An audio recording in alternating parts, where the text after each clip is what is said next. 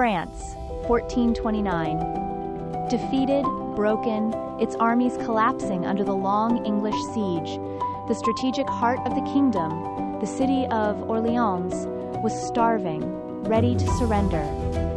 All hope seemed utterly extinguished. Then, she appeared. A peasant teenager.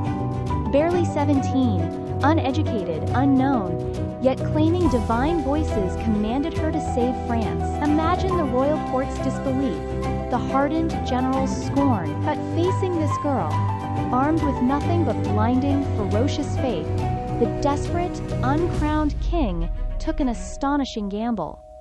Picture her riding into besieged Orléans.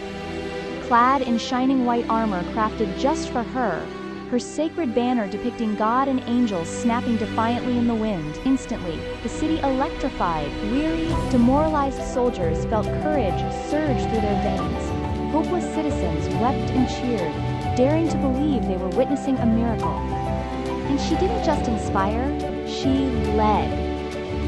Ignoring the cautious plans of veteran commanders, she demanded immediate, fearless assaults on the English strongholds. Charging into the thick of battle, a whirlwind of conviction, struck down by a crossbow bolt, she cried out in pain, then famously pulled the arrow out herself and raced back into the fray, rallying her stunned troops to press the attack.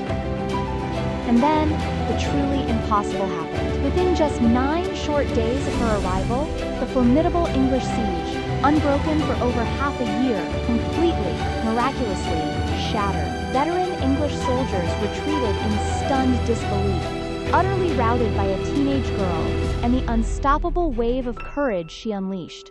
The simple farm girl who commanded armies and turned the tide of a 100-year war with sheer, breathtaking conviction, her name was Joan of Arc. Her stunning victory at Orléans was a profound triumph of faith and audacious courage against paralyzing despair. Tragically, however, her meteoric rise ignited fear, jealousy, and political betrayal. Just 2 years later, captured by enemies, she faced not accolades, but an unfair trial and a horrifying execution by fire.